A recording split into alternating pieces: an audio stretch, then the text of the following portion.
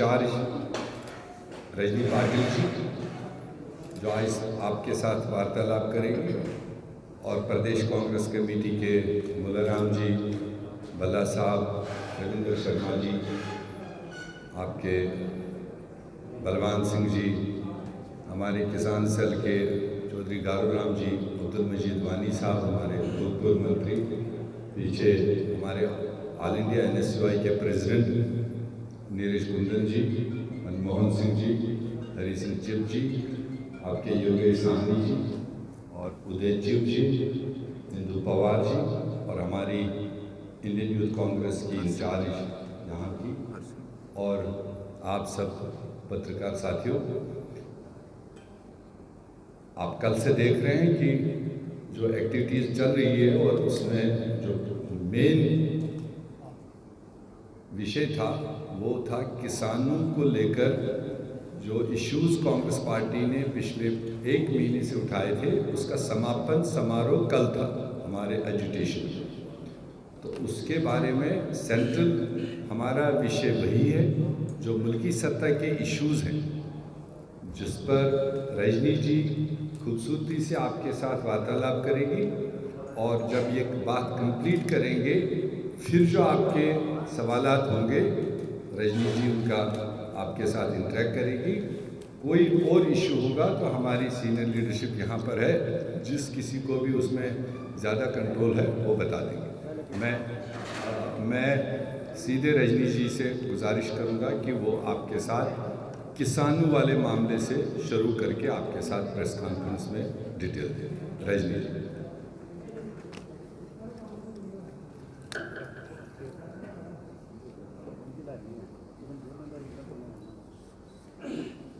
सभी पत्रकार बांधवों को मेरा नमस्कार।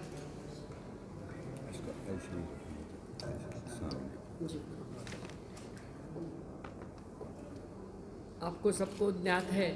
अगर आप ये माइक बंद ही करेंगे, अच्छा, इसके बगैर आप सीधे बोलिए तो ये माइक ऑडियो इज नॉट करे, इसके बगैर सीधे इन माइक पे से रहने दे दीजिए। आप थोड़ा लाउडली बोले, थोड़ा लाउडली बोले। यहाँ रखो, हाँ नीचे रखिए।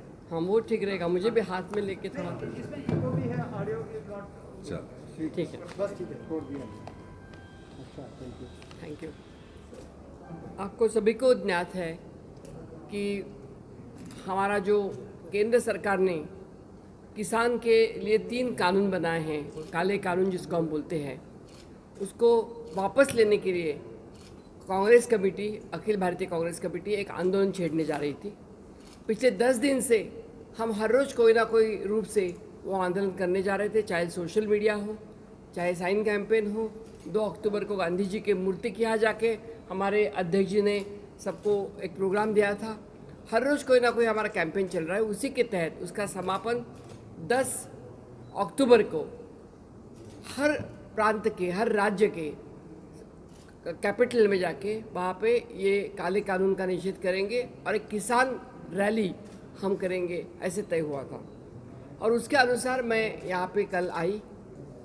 मैं शुक्रगुजार हूँ कांग्रेस हाईकमान का कि जिन्होंने इतना संवेदनशील जम्मू कश्मीर जैसे प्रदेश को उचित समझा मुझे पदभार देने के लिए। तो मैं उनका बिल्कुल, उनकी जो गाइडलाइंस है उसकी तरह से काम करूंगी, और जम्मू कश्मीर की जो लोगों की भाषा है, उनकी जो भावना है, वो उनकी तरफ पहुंचाने की कोशिश करूंगी। AICC के माध्यम से जो ये कानून के लिए हम विरोध कर रहे हैं, इसके कारण प्रमुखता 3-4 मुद्दे हैं। आपको याद होगा प्रधानमंत्री मोदी जब सत्ता में आए 2014 में, तो उन्होंने बोला था कि आप हमें चुन के दे दो, हम आमदनी दुप्पट कर देंगे, दुगनी कर देंगे किसान की। 2022 का उन्होंने वायदा किया था। लेकिन आज देखते हैं 2022 इतने नज़दीक जैसे ही आ रहा है, आमदनी दुप्पट तो छोड़ो, दुगनी तो छोड़ो, लेकिन जो आमदनी है वो बंद होने का काम उन्होंने किया है, और इसलिए हम उनका विरोध कर रहे हैं। आज जो कानून बना है उसमें से APMC का उन्होंने निकाल दिया है, APMC का शब्द। APMC के माध्यम से हमारे छोटे छोटे स्टेट, महाराष्ट्र हो, हिमाचल हो, हरियाणा हो, पंजाब हो या जम्मू कश्मीर हो, जहाँ पे भी अपने किसान, जो छोटे किसान हैं, क्योंकि इस देश में 86% किसान जो है वो स्मॉल लैंड होल्डर्स हैं, जिनका 2 से 5 एकड़ ज़मीन है उनको। मोदी जी बोलते हैं कि हम दूर दराज फ्री कर दिया है, कहीं पे भी वो बिक सकते हैं। आप हमें बताइए कि जिसकी 2 से 5 एकड़ ज़मीन है वो अपना अनाज, अपनी उपज कहाँ लेके जाएगा दूर दराज? उनको वहीं पे अपनी जो नज़दीक की मंडी है उसमें ही बेचना पड़ेगा। और अगर एपीएमसी ख़त्म कर दिया और एमएसपी अगर ख़त्म कर दिया, एमएसपी अगर नहीं बनाया रखा वहाँ पे, तो प्रॉब्लम ये हो जाएगा कि जो हमारा उपज आता है वो उपज को जो बड़े बड़े उद्योगपति है वो किसी भी भाव में ले सकते हैं, और वो परिस्थिति अभी नहीं आएगी, 1, 2, 3 साल के बाद आएगी। ये बड़े बड़े उद्योगपति हमारे किसानों को मजबूर करेंगे कि हम जो बोलेंगे मुंह मांगे दाम में आप आपका अनाज आपको हमें दे दो। आज 62 करोड़ 62 करोड़ लोग आज किसान के रास्ते पे आए हैं, और जो बोल रहे हैं, चाहे इतना कोरोना का समय कहर है तो भी वो बोल रहे हैं कि हमें ये कानून नहीं चाहिए, वो कानून वापस करो, हमारे लिए अच्छा कानून नहीं है। ये देश को कैपिटलाइज देश बनने का काम मोदी जी कर रहे हैं। चंद उद्योगपतियों के लिए ये सब साजिश रची जा रही है। आप सबको ज्ञात है वो कौन उद्योगपति है। और एपीएमसी खत्म करने के जो मन में आ रहा है वो उद्योगपतियों के हाथ में हमारे किसानों को खिलौना करने का काम है। आपको याद होगा कि स्वामीनाथन कमेटी बनी थी जब हमारी कांग्रेस की सरकार थी, और स्वामीनाथन कमेटी ने 1.5 गुना ज़्यादा एमएसपी जो है वो देने का वायदा करने का सुझाव दिया था। और तब से लेकर आज तक हम बार बार मांग कर रहे हैं कि जो स्वामीनाथन कमेटी का रिपोर्ट है वो लागू किया जाए, लेकिन मेरे ख्याल से उन्होंने वो कभी लागू करने का सोचा भी नहीं, और उल्टा इनको बंद डब्बे में रख के उन्होंने रख दिया है। इस देश के किसानों को राहत देने का काम हमेशा कांग्रेस पार्टी ने किया है। जय जवान जय किसान ये हमारा नारा रहा है। इतना ही नहीं तो इस देश को धान्य के रूप में, अनाज के रूप में स्वयं पूर्ण, और मोदी जी की भाषा में आत्मनिर्भर, उनको शब्द अच्छा लगता है, लेकिन आत्मनिर्भर सही मायने में करने का काम पंडित जवाहरलाल नेहरू जी ने और इंदिरा जी ने किया, जिसके मायने हम अगर छोटे थे तो पहले अनाज बाहर से आता था, अमेरिका से आता था। हम छोटे थे तो वहाँ से मिलों आके मिलों की रोटी खानी पड़ती थी, लेकिन आज हमारा भारत सामान रखने के लिए जगह नहीं, इतने स्वयं आत्मनिर्भर बन गया है। ये मुझे आपको कहना ज़रूरी है। इसके साथ में दूसरा विषय आपसे साथ शेयर करना चाहती हूँ, और वो दूसरा विषय बहुत ही संवेदनशील है। ये भी मोदी जी की एक बहुत दूसरी हवा में की हुई बात। बेटी बचाओ बेटी पढ़ाओ बोलते तो है ज़रूर, लेकिन जब हमारी बेटी बाहर निकलती है तो बेटी को किस तरह से हाल किए जाते हैं। वो उन्नाव में देखिए क्या हुआ, वहाँ पे वो सेंगर जो है, सेंगर को आज बीजेपी का बड़ा नेता बना के रखा है। हाथरस, जिसकी अभी अभी घटना घटी है, हाथरस की जो बेटी 19 साल की दलित की बेटी थी, उसको मार दिया गया, रेप किया गया, और उसकी इतना ही नहीं तो उसकी टंग काट दी गई। जी, उसको क्या बोलते हैं, उसको काट दिया गया। और फिर उसके 8 दिन के बाद जब सबने उसने बोला, नाम बोले 4 लोगों के, तो फिर उनके ऊपर एफआईआर हुआ। उस गांव में जाने की जब राहुल जी ने और प्रियंका जी ने कोशिश की, और उनके कहीं ना कहीं उनके जो पीड़ित की जो परिवार है उनको संभालने की कोशिश की, तो वहाँ से उनको डीएनडी पे रोक दिया गया, हाथरस जाने के रास्ते पे रोक दिया गया। इतना ही नहीं, जब वो बोले कि हम अगर 144 कलम है तो हम आपका कानून तोड़ना नहीं चाहते, हम चलते चलते जाएंगे, हम दोनों ही जाएंगे, सिर्फ बाकी कोई नहीं आएगा, तो भी उनको मना कर दिया। और आपने टीवी पे आप लोगों ने दिखाया कि किस तरह से धक्का बुक्की राहुल जी के साथ कर दी। और जो हमारी एक महिला नेत्री है प्रियंका गांधी, जो हमारी इंदिरा जी की पोती है, उनके भी कुर्ते के हाथ लगाने की हिम्मत उनकी हो गई। तो ये मुझे लगता है कि बहुत गलत बात उन्होंने की है, और इसका जवाब वो यूपी की जनता उनको मांगती रहेगी। कुछ साल पहले जब राज्यसभा में मैं थी तो कठुआ की यहाँ पे बात हुई थी। कठुआ में भी यही जम्मू कश्मीर में हुआ था। वो छोटी सी नाबालिग बेटी के साथ दुष्कर्म किया गया था। गुजरात में नलिया कांड हुआ था।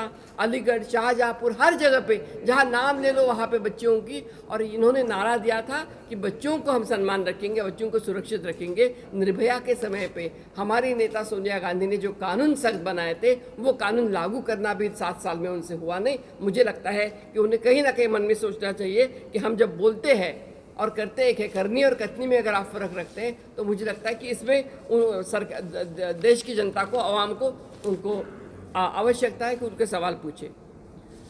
सबसे बड़ी बात जो जम्मू कश्मीर में मैं बताना चाहती हूँ कि 5 अगस्त 2019 जम्मू कश्मीर के लिए बहुत ही इम्पॉर्टेंट डेट है। असंवैधानिक तरह से एक तरफा होकर जम्मू एंड कश्मीर का जो प्रदेश था, उस प्रदेश को यूनियन टेरिटरी में बदली कर दिया गया। मैं कल से देख रही हूँ, कल ही मैं पहली बार यहाँ आई हूँ, कल से देख रही हूँ कि जनता में आक्रोश है। उनके मन में गुस्सा है।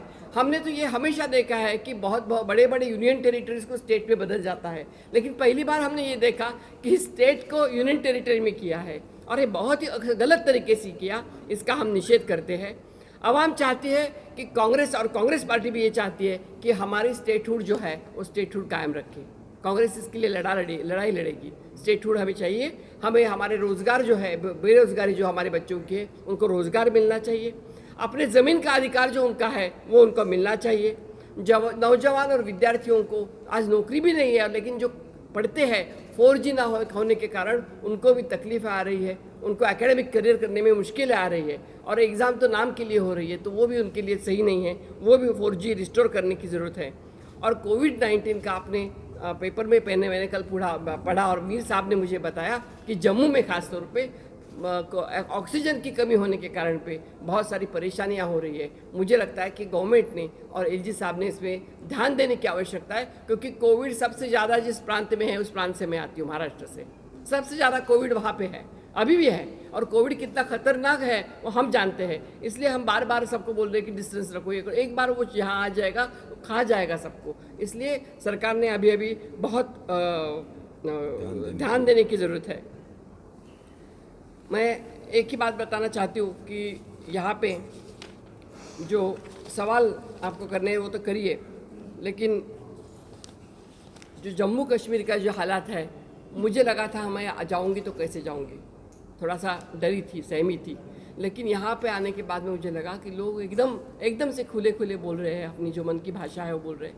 मैं इन आने वाले दिनों में 2-4 महीनों में सब जगह, चाहे वो जम्मू का हो, श्रीनगर का हो, सब जगह जाके मैं खुद जाऊंगी अध्यक्ष जी के साथ। सब जगह मैं दौरा खुद करूंगी और वहाँ पे ज़मीनी हकीकत क्या है वो सब पूछ के मैं हाईकमान को रिपोर्ट करूंगी, क्योंकि हमें लगता है कि कांग्रेस की भी बहुत ऐतिहासिक जिम्मेदारी कांग्रेस के ऊपर है कि इस परिस्थिति में लोगों के साथ खड़ा रहना, जम्मू कश्मीर के साथ खड़ा रहना, और जम्मू कश्मीर के लिए हमेशा कांग्रेस का एक अच्छा रवैया रहा है। इतना ही मुझे कहना था। धन्यवाद। कोई सवाल? हाँ, एक बात मैं भूल गई बोलना। अभी हम यहाँ पे लेट हो गया थोड़ा सा, क्योंकि हम गए थे जगती में। वहाँ पे जो कश्मीरी पंडित हैं उनका अनशन चल रहा है, तो इसके लिए उनके मिलने गए थे। उन्होंने भी कुछ मांगे की है, जिसमें से 2-3 प्रमुख मांगे हैं। एक तो वो चाहते हैं कि जो 13,000 रुपये उनके हर फैमिली में मिलता था, वो 14 साल तक उनको उसका बाद में रिवाइज़ नहीं हुआ है। 2014 के बाद आज 2020 आया है, लेकिन उसका रिवाइज़ नहीं हुआ है, वो रिवाइज़ करना चाहते हैं। दूसरा, वो अपने वतन में, अपने गांव में फिर वापस जाना चाहते, तो उनको वापस जाने की कुछ व्यवस्था करने की आवश्यकता है, रिहेबिलिट। और तीसरी बात, उनका नौकरियां छोड़ के वो तब आए थे, तो उनको नौकरियां देने की, उनको अपनी आमदनी कमाने का अधिकार उनको देना चाहिए। ये 3 चीज़ें मुझे लगता है मानवता के आधार पर अत्यंत आवश्यक है, और वो 3 चीज़ों के लिए भी हमारे पहले ही मीर साहब वहाँ पे 2-3 बार जाके आए हैं। मैं भी आज जाके आई। हम उनकी लड़ाई भी लड़ने के लिए उनके साथ में खन्ने में खन्ना मिलाएंगे। यही मुझे कहना था। मैडम, मेरे 2 सवाल हैं आपसे।